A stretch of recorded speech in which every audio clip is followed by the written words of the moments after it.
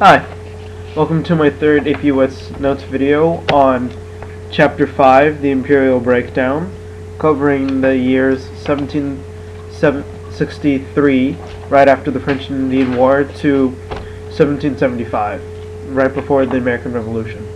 So, Imperial Breakdown begins by discussing the Proclamation of 1763, which was meant to maintain peace with the Native Americans, govern newly captured territories from the French and Indian War, like East and West Florida, and to protect the old colonies, like the West Indies and the East Coast. The main point of the Proclamation Act was to establish a proclamation line right at the Appalachian Mountains to separate Native Americans and Europeans. The proclamation line made it illegal for colonists to settle across the Appalachian into what was considered then as Native American land. But it was largely ignored by the colonists and basically didn't work. It was meant to prevent conflicts like the Cherokee War, which was a case where during the French and Indian War, large amounts of Cherokee, which were fighting as British allies, became disgruntled at the tension of British colonial expansion into their lands and began rebelling against British colonial rule. And Pontiac's rebellion, which was an alliance of tribes fighting the Crown and colonials, led by the Delaware prophet Neolin and by an Ottawa chief named Pontiac. It lasted 3 years and was the site of severe atrocities committed by both sides. So, the reduction of British control in the Americas can be broken down like a play into several acts. The first act is the Quartering Act. Act 2, the Sugar Act.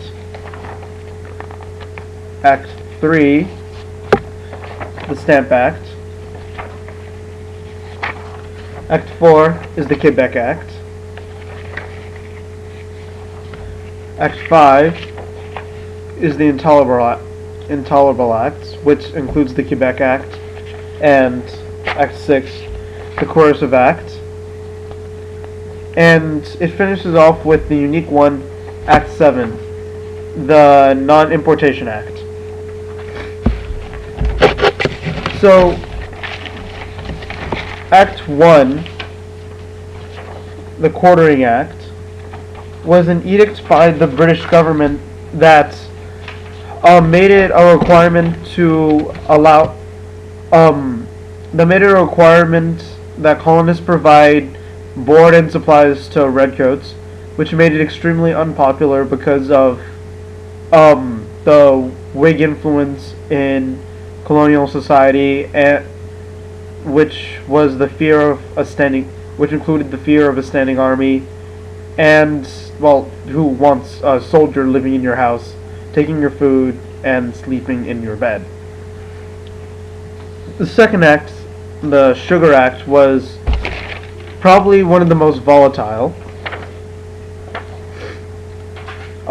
It was mostly anti-smuggling, and was meant to increase revenue for the Crown.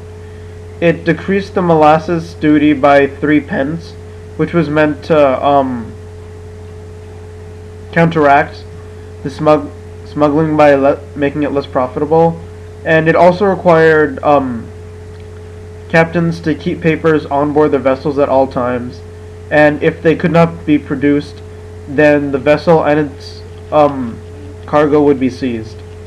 Now, there was a precursor to this in the colonies that came a couple years before it, called the Writs of Assistance, which was a general search warrant given to officials that allowed them to search for smuggled goods in areas in Massachusetts and was considered tyrannical and was very unpopular with colonists.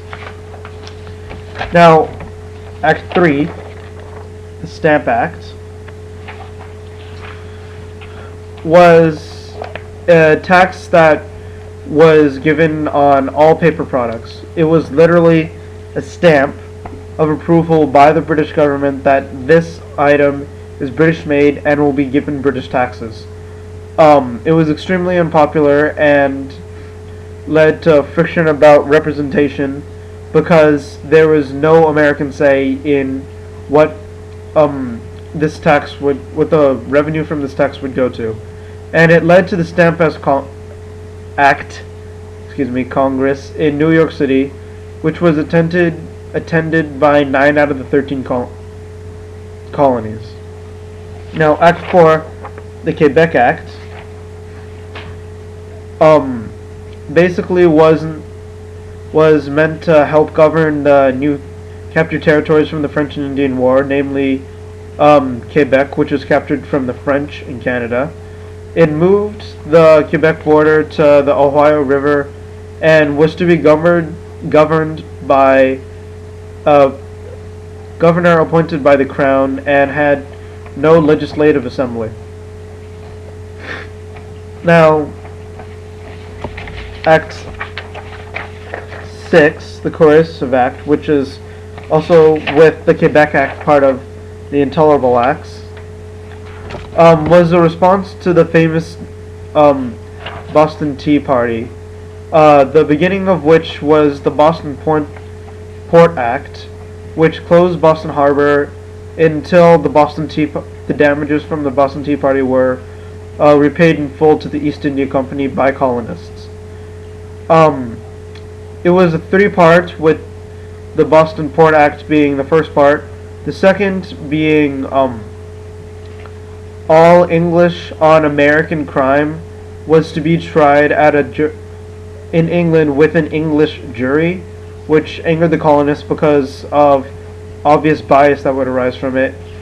And instead of electing officials to legislature, officials were now appointed by the Crown into American legislature to discuss American policies and laws.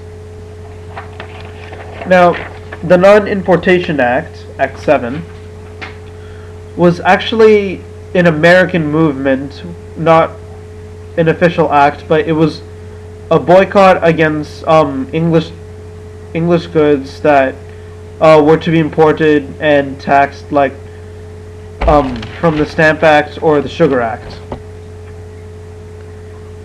And following all of this, all the colonies except for Virginia decided to send delegates to meet in Philadelphia in the First Continental Congress. As they debated several issues, and each issue was settled with one vote per colony, no matter the population or the delegates.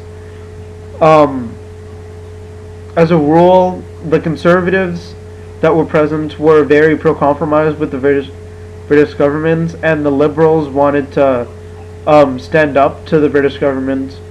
And what stands out is South Carolina's view in all of this, because they didn't take the side of the conservatives or the liberals. They took the side of the South Carolinian. They were very self-serving and wanted to make sure that their one major crop, rice, was exempted from blockade of exportation to England. Now, out of this assembly came 2 major parties that will later affect the Revolution. The Patriots, also known as the Whigs, and the Loyalists, also known as the Tories. The Patriots were heavily inspired by Whig ideology, and they were overwhelmingly liberal and wanted some autonomy or complete separation from the Crown. Now, the Loyalists, on the other hand, heavily supported cooperation with the Crown and were in general very conservative. In conclusion, the the 7 acts that I mentioned earlier were major tension points between the English government and the colonials, and would later help lead to the revolution. Alright, hope you enjoyed the American history lesson. Good